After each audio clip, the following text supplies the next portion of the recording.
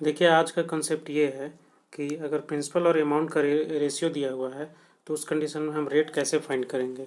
ठीक है, तो अगर टेन्योर अगर अलग अलग दिया हो, जैसे कि कभी 1 ईयर 2 ईयर इस तरह का टाइम दिया हुआ है और प्रिंसिपल और अमाउंट का रेशियो है, तो रेट कैसे निकालेंगे उस कंसेप्ट को आज हम देखते हैं।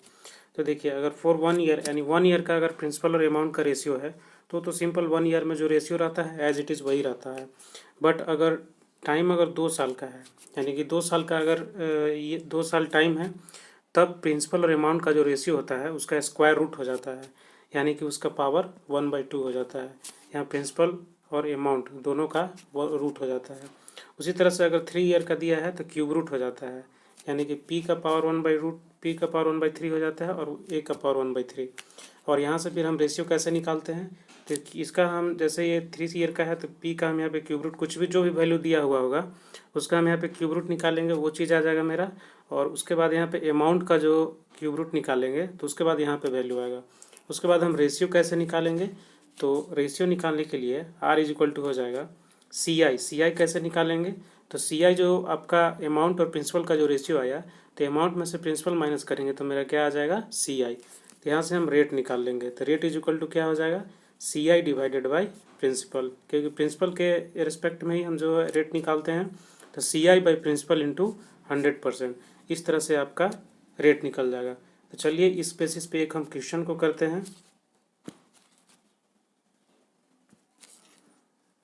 देखिए, क्वेश्चन क्या कह रहा है कि यदि वार्षिक चक्रवृद्धि आधार पर निवेश की गई 1000 की राशि 2 वर्ष में बढ़कर 1440 रुपये हो जाती है तो चक्रवृद्धि ब्याज की दर ज्ञात कीजिए।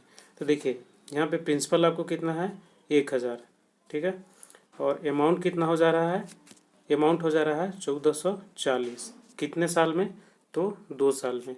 तो दो प्रिंसिपल है 1000 और अमाउंट है 1440, 2 साल में प्रिंसिपल से इतना हो जा रहा है, तो इसका रेट निकालना है। तो रेट कैसे निकालेंगे, तो देखिए,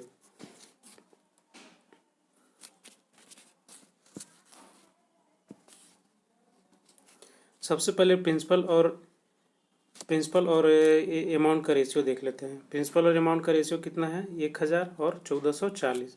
तो देखिए, ये 10 से 10 कट जाएगा इसमें, और तो मेरा बच जाएगा 100 और 144। प्रिंसिपल हो जाएगा 100 और अमाउंट कितना हो जाएगा 144।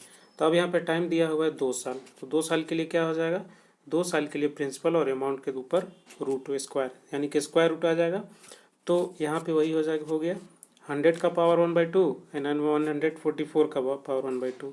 तो जब इसका स्क्वायर रूट निकालेंगे तो आएगा 10 और 144 का निकालेंगे तो 12 आएगा। और फाइनली जो इसका रेशियो आएगा वो आ जाएगा 5:6। तो देखिए, 5 यहाँ पे क्या आ गया, 5 यहाँ पे आ गया प्रिंसिपल और 6 यहाँ पे क्या आ गया, ये आ गया अमाउंट। तो यहाँ से CI कितना हो जाएगा, CI मेरा यहाँ से हो जाएगा 1। CI इज इक्वल टू क्या हो जाएगा 6 माइनस 5, यानी 6 माइनस 5 हो जाएगा 1। तो वही अब हम यहाँ पर रेट निकाल लेंगे। तो रेट कैसे निकाल लेंगे, 6 माइनस 1/5 इंटू 100%, यानी कि 1/5 इंटू 100% इज इक्वल टू हो जाएगा मेरा आंसर 20%। तो इस तरह से हम रेट निकाल सकते हैं।